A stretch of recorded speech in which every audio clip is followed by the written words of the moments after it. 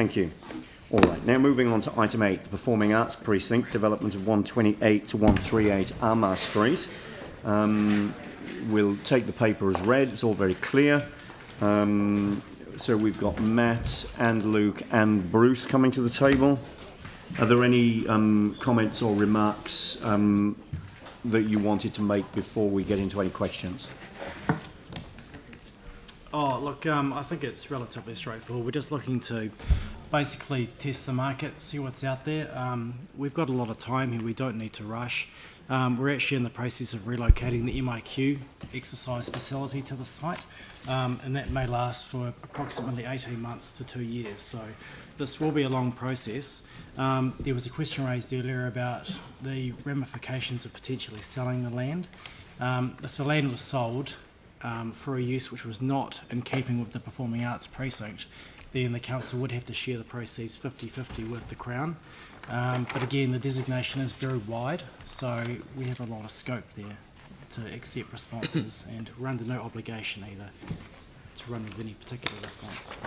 So just clarifying that, if it was sold for a purpose that was in line with the designation, yes, all of the funds would come to council. That's correct. But if it was sold for a purpose outside of the designation, 50% of the proceeds would go to the Crown. That's right. All right, thank you. Anything else that staff wanted to add before we move to questions? All right, thank you. Melanie? Want to move? All right, so indicating that you'd like to move the officer recommendation. Yeah. Are there any? And I'll signal the amendment, Andrew. Okay. So, and I'll signal an amendment that's been circulated to Melanie and others. Jake are moving. And Sam, you've got this amendment that you're moving. Yeah. And do we have a seconder for the amendment? Catherine. Okay. It's a very sensible. All right, so this is moved by Melanie, seconded by Jake. And then we've got an amendment which is moved by Sam and seconded by Catherine. And the wording of all of that is on the screen in front of us. That's good. We just need some advice as to whether that's actually an amendment, because it's an entire replacement of number one. The new one is circulated. It's replacing the wording of number one. My expectation was that that would be an amendment, but Ian, I'll turn to you for some advice on this. Ian, if we can get some advice.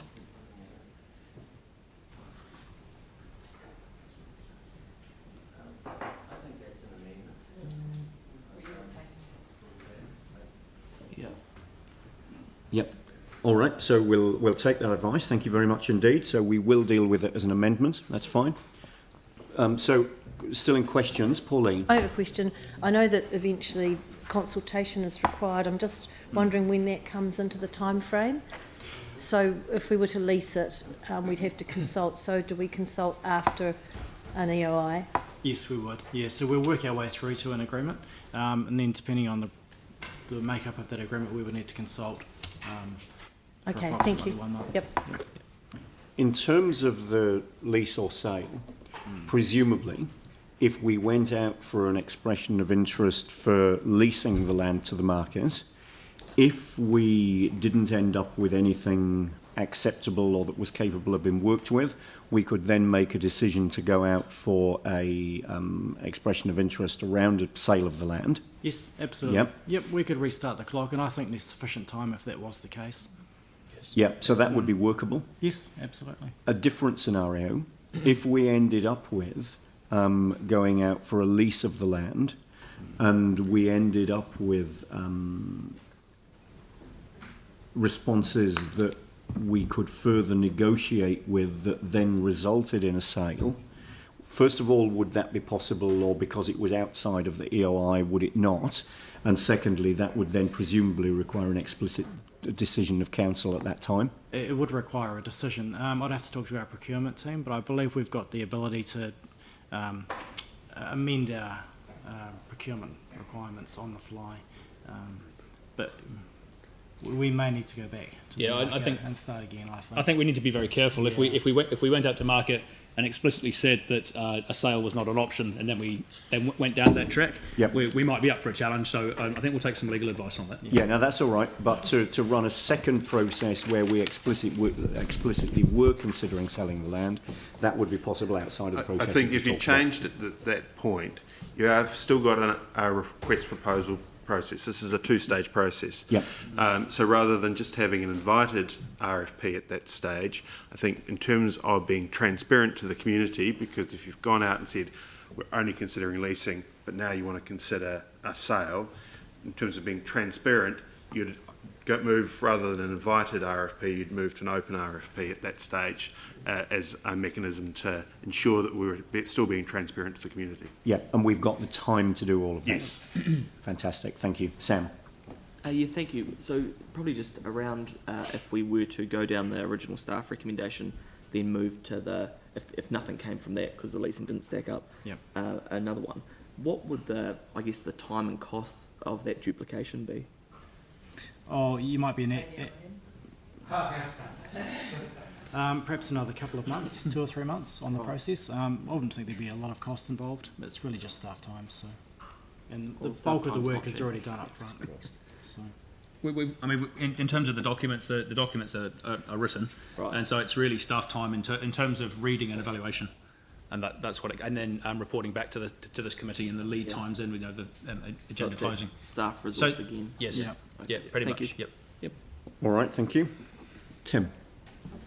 Yeah, it's not just our cost, is it? Because companies looking at whether it's a lease or a purchase will be putting a lot of work into a proposal that we would actually be interested in.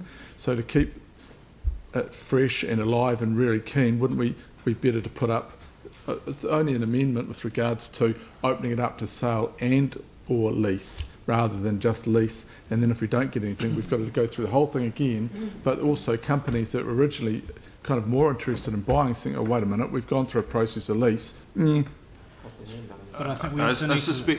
I suspect that that's more of a debating point rather than okay. a question for staff, Yeah, councillor. exactly. All right, thank you. Are there any further questions on this, Leanne? I'm still not clear why you're recommending that we exclude sale at this stage. Oh, I guess that was just based on the discussion around the car park agreement. Yeah. So we're certainly open to either option. No, sorry. That you're referring to what council has decided in that instance, Yes. but the staff are recommending that we don't go out with an option to purchase. Are you saying that you're not recommending that? You're actually making an assumption that that's what councillors would prefer? Yeah. The main purpose for bringing this point up is to try and get clarity from council now, before we start the process, Yep. where I believe that from I a car understand that, parking Bruce. process. I'm not Yep. querying that. I'm just asking, is that a recommendation from staff? Does staff think we should only put out one option? No. No. Okay. Thank you. Yeah. That's all I wanted. It's the discussion point for today, really. Yeah. So council. Yeah. But you're not recommending to us that that's, in your view, from your expert position, that that's the best option. The best option is to go out with both options. Yeah, if I'm allowed the privilege of saying a personal opinion, I think you should keep your options as wide as possible. Exactly. Right. Thank you. That's ideal. Thank you. Thank you. Are there any further questions? Sarah? Thanks, that makes it heaps clearer, and I wouldn't say that's a personal opinion, it's your expert staff opinion. But it would just be helpful then next time that rather than saying that's an officer recommendation, that you maybe had options up there in the recommendation that council does this or this, something like that, just to make it really clear when we're reading the paper. We'll take that on board. Yeah, thanks. All right, thank you. Jimmy? Still need to be clarified regarding to amendment paragraph 1. If we go this one, I just want to know, there's two kind of separate expression of interest, the EOI, or just one combined together? We're just running one process now. One combined together. Correct. Sarah? Thanks. I'm just wondering, in your expert staff opinion, do you see a strategic value in this particular piece of land for the future of the city and what the council might like to do in the future or something like that. In terms of what I understand the future development around that area will be, certainly keeping that internal open space link through will be very important. Provides a further corridor through there.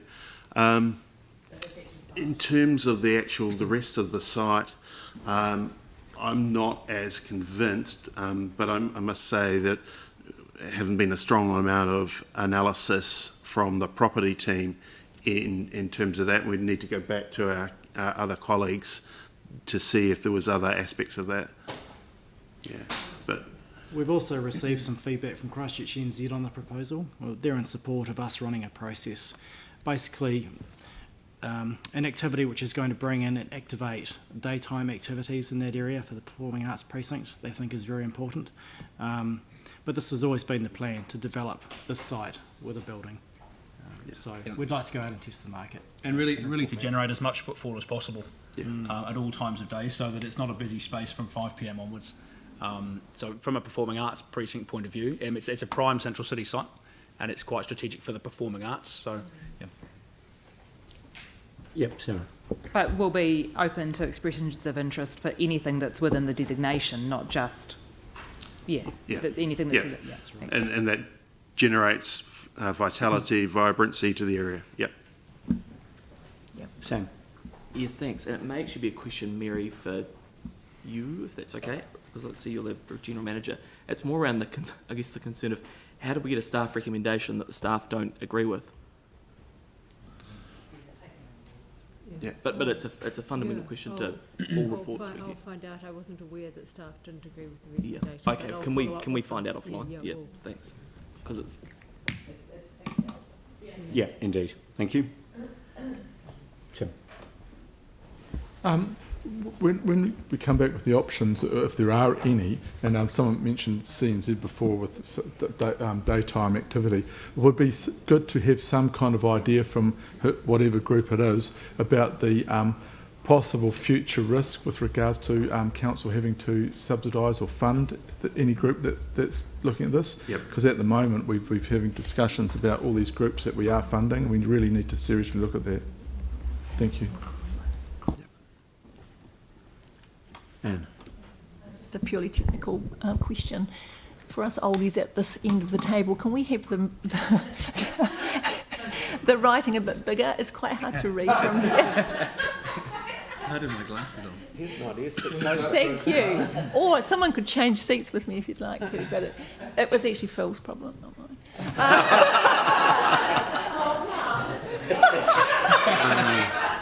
I'm just asking for a friend. Yeah. But I actually I do have a question just about the amendment. Would there be risk that if it's sold to somebody, to privately, that we might lose some of the potential public accessibility characteristics that you're talking about? No, you'd subdivide that section off. There's already protections in the encumbrance on that site there as well. So I think that would be fine. All right, thank you. So Yanni, questions? But potentially, just in the staff report, it also recommends around performing arts type activities. So, but like a hotel, a car park, any of those things could be. They all fit within the designation. Right. So I guess I'm just interested in when we go out with the documentation, how much weight are we giving to that performing arts thing, given that in the report it's a recommendation, but then we've just heard from a deputation this morning. So look, when we look at the EOIs, we will look at how they stack up on a number of factors. And certainly the proposed use will be one, the level of council subsidy will be another. At that stage, we're coming back to talk to you. So, that we'll be able to then discuss at that point which ones are worthwhile going ahead with the DOIs. So that will be your choice ultimately about which are the best ones for going forward with. It will be narrowed towards the RFP process. Right, yeah, okay.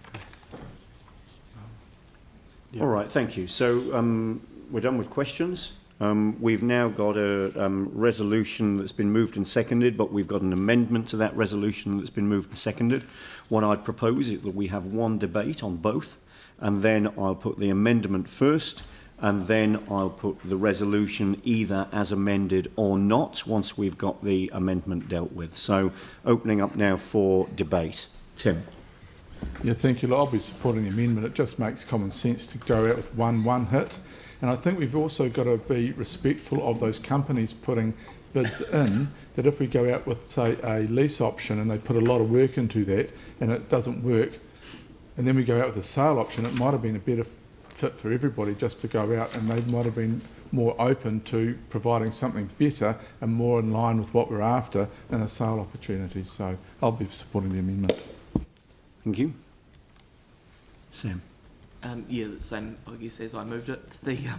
Look, I think probably the thing we need to think about here is really, yeah, I'm probably a wee bit sort of concerned about the advice that's come through in terms of the recommendation from the team.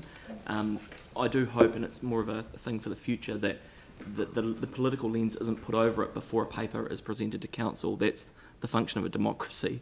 And so I appreciate it may create more work and time for you guys, but ultimately we need the best technical advice to make an informed decision. All our amendment does is simply rectify that. This is the best approach. It avoids duplication and gives confidence to the sector that if they are taking the time, as Tim mentioned, to go out and do that work, that ultimately we're going to get to an outcome. It may not be a sale of land. It may be that a lease is the best approach, and I'd be comfortable with that. But what I want to see is the full range of options, and so we should, like we've been saying for the last week on a few other issues, sort of do it once and do it right. So I would hope that people would support the amendment. Pauline. Yeah, thank you. Look, I think going out for the lease option is a fantastic first step. I think that this piece of land is an incredibly great piece of land. It's only going to become more and more valuable as time goes on. If we don't get an appropriate response, as you say, there's no rush. It's a nice piece of land sitting there, but to sell that now would be absolute madness in my view. And I think if you look at 7.4.3, the commercial terms are actually not the be-all and end-all. We might consider alternative arrangements to achieve the right outcome for the precinct and the city. And that is what we've got to keep in mind here. It's not all about commerciality. Yes, we want to be fiscally prudent and responsible, but to go out for a lease at this stage for me is the best option, and I'll be supporting the substantive and not the amendment today. Thank you. Jake.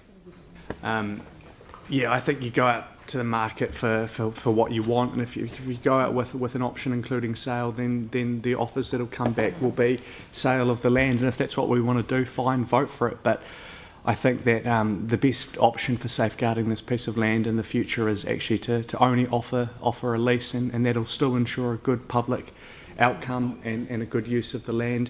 Don't forget, with this car park, we saw the documentation that said the rates offset would have been twice as valuable if we had actually built, designed and maintained that piece of infrastructure on behalf of our residents ourselves. But we it wasn't the best decision to do that at the point in time that it was presented to us. So this is an opportunity to, in my view, get it done right from the beginning of the process. Go out with what we actually would like to see, and maintain that public good forever in perpetuity. Phil, Aaron and Anne. Phil. This may come as no surprise to you, I'll be supporting the amendment. I was sitting down this end of the table when we did the car park thing, and you should have seen the look on the staff's faces when we threw it all back at them. They had to run away and draw it all up again. Like they've got better things to do with their lives than do things twice. I think we should cast the net out as wide as we can with all the options that are allowed to be built on that land. for anyone to either lease it or buy it, and we come back, because we still make the ultimate decision in the finish, because it's our credibility. When we did the car park thing, that was not a good look for us, so I'll certainly be supporting the amendment. Aaron and then Anne. Aaron. Yeah, for me this is pretty simple. Having all options open should potentially get the best outcome for the city. No piece of land has a value to an inner city if nothing's happening there. If this just sits empty for years and years, it really has no value. In fact, it's a detriment to the inner city to have it empty. Michael Bell gave us a really good presentation this morning. Yes, it was, like you said, an early morning rant, but it was actually quite a good one. And it was good in the sense that he kind of clearly explained that the arts is a very, very unpredictable, unbalanced beast, and quite a hard one to work in. So by going out with all options, we can then see what comes back to make it work for whoever from the arts may come back and look to do something on that site. But it gives them all options when they try to put something together. And I'm picking that the numbers won't be commercial numbers when they come back for a sale or a lease, and we just have to be open-minded and look for an outcome for the city, and let's see what that is. Anne. Yeah, thanks for reminding me about what Michael Bell said, because actually he represents the groups that would most benefit from a situation where we lease the land. I mean, if we go out with the option for it to be sold, staff will be busy holding the doors closed as people rush to take advantage of the situation. It's naive of us to think that that it won't be the best option. What will come to us will be strong options to sell. So let's not do that first. Let's go out and get expressions of interest from the people that we want to support through this precinct first, and then make the decision to go back out if we don't get some really well-considered expressions of interest. This land belongs to the people of Christchurch, and we have to be really careful about what we do with it. It is an asset. It's going to be an asset that continues to keep its value, increase its value, and we want it to be there for the sort of groups that Michael would represent. So I will be supporting the substantive recommendation. Thank you. Any further discussion? Leanne. Yes, I'm going to support the amendment. I think that we should go out with both options so that we can get a fair indication from the market as to what is on offer. We've already heard that half of the money goes to the Crown if it's outside the terms of the designation. So we can make a condition on the sale if it is a sale, or a lease if it is a lease, as to the terms of that sale or lease. So all of the protections can be written into the framework for either a lease or a purchase. So I don't think we should be frightened of hearing what people have to say. I mean, if an option included some residential, for example, which we're all screaming out for in that area, it's a brilliant area to live. Then I think we would be crazy not to have that option on the table. So I think this is really important. We have to think back. You know, this blueprint was announced to great fanfare in 2012. It is now, you know, it's 9 years later, and the original Performing Arts Precinct included the block across the road, which this council ensured would not proceed as a part of the Performing Arts Precinct by making the very wise decision, in my view, to reinstate the town hall. So once that decision was made, things changed.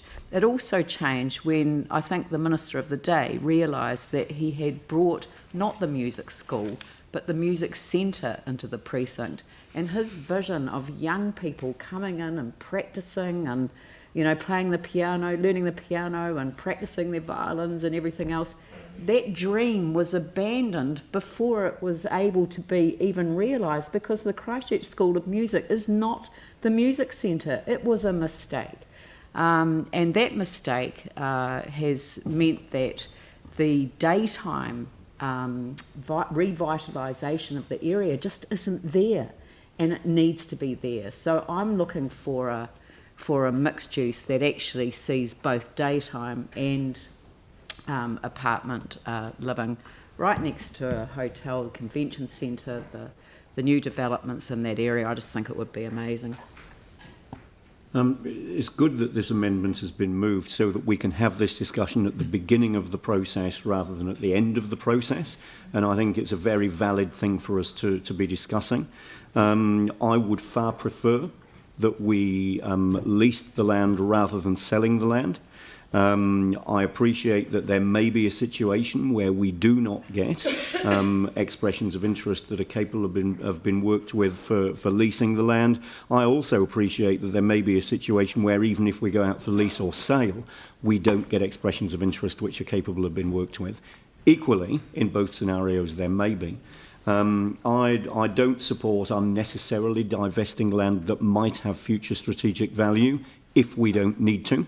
And the way to find out whether we need to or not is to go out with an expression of interest to see whether there's something out there that would be workable and beneficial with the land being leased. What I certainly don't want is for the value that sits in the land, or possibly even the strategic value that sits in the land, to be the primary driver for the expressions of interest that we get. The activity that takes place on the land is what's going to add value to this precinct, and I'm very keen to see that we can achieve that without the need to divest the land. So I won't be supporting the amendment for that reason. I think this is about the activity, not necessarily about expressions of interest being motivated by the value that lies in the underlying land. This is about what happens on the land. So on that basis, is there any further debate? Mike? Just quickly, I'll be supporting the amendment. I think we need to try and get the best outcome for the people of Christchurch. So I'm not sure why we would limit ourselves at this point. By going out for both lease and sale options doesn't preclude either, and it allows us to actually get the best outcome for the people of Christchurch for this area. Not voting for the amendment it just doesn't make sense. If you want to have a common sense decision, vote for this amendment.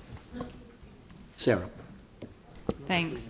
One of the things that we've seen in Christchurch in the last few years is actually we have had community organisations, not-for-profits, who have tried to get projects off the ground on leased land, whether they be residential or others, and it's made it really, really difficult because without land ownership, they can't borrow against it, and bank loans are really, really difficult to actually develop sites in ways that are of benefit to the community.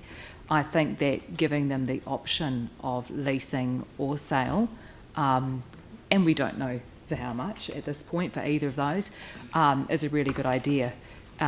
Alongside that, leasing may be the best option for affordable residential in the area, and we want to look at a range of different options. But I think making sure that we allow both of those for whoever wants to do it is the best way forward. Yanni. Yeah, the concern I have is we've kind of had this debate with the previous development in this precinct, and it was really clear that council holding on to the land was much more beneficial for the ratepayers in terms of the return that we would get. So, I don't really want to build up the expectation that that we're going to go out and sell off this land when it seems to me pretty apparent that we've had a very similar thing happen right next door. I think the other concerning thing about this, though, is, as a council, as a city, we should actually hold on to some land for future councils to have flexibility. And we're almost becoming a tenant in our own city by the way in which we've gone into private arrangements with, this building's a great example. And so we've lost a lot of land in the central city following the earthquakes with government designations. And I just think it's really important that we actually do hold on to some land within the central city for whatever needs the councils may have in the future. And so going on to sell off this land, I think is really short-sighted. So I won't be supporting the amendment. I think it's clear that the best thing to do is actually retain control of this land. We've also, the other concern I have on this particular project is, we've still got the car park building to be built. I would argue in the wrong place. It should actually be on this site. And also, we've got the Court Theatre to be developed. And until we know the impact of the car parking building and the Court Theatre on this precinct, it's quite hard to think about what might be the optimal use for this site. I mean, my preference is always to retain the old camera shop and the building that was there and have a group use it in a more transitional way. Obviously, the building's been demolished and that's no longer an option. But the staff do have a short-term use that they've identified as well. So, you know, I think we need to be open to that. But I look forward to getting the expressions of interest, noting that we still have an RFP process to go through based on what we hear as part of that. Jimmy. I remember last year we already have this kind of debate very clearly. Majority, I remember councillors still would like to keep our piece of land, you know, to lease and seeking the kind of expression of intent, etc. But I'm not sure today we have all this second time the debate, because my view, you know, as a council, we should take the prudent way. Actually, this piece of land is not us. We are just managing. We should become the kind of the, how do I say, more clever, you know, more faithful stewardship. This land actually belong to all of the ratepayer, belong to the people of the Christchurch, and also it's core area of the CBD. You know, we still, if you take amendment, I'm particularly concerned whether first one is whether it's good timing, you know, even based on the current the market value. The other one, whether we might have potential open the loophole, you know, give the people, oh yes, this one possibility, you know, let right to take a more kind of low market value because this timing, you know, can get at least a piece of land. And also we mentioned the best outcome for people should be considered majority of people, most of people, rather than part of the people. So this is my view, you know. Thank you. All right, so I'll put the amendment first and then I'll put the motion. So if we can, yeah, we've got the amendment in front of us, so I'll put that first. All those in favour say aye. Aye. Against? No. No. Division. All right, so if we take a division, please. Councillor Templeton? Aye. Councillor McPowell? No. Councillor McDonald? Yes to common sense. Councillor Johansson? No. Councillor Galloway? No. Councillor Coker? No. Councillor Chen? No. The Mayor? Yes. Councillor Scandrick? Yes. Councillor Major? Yes. Councillor Keon? Oh, yes to common sense. Councillor Davidson? Councillor Cotter? No. Sensible. Councillor Turner? Councillor Turner? Yes. No.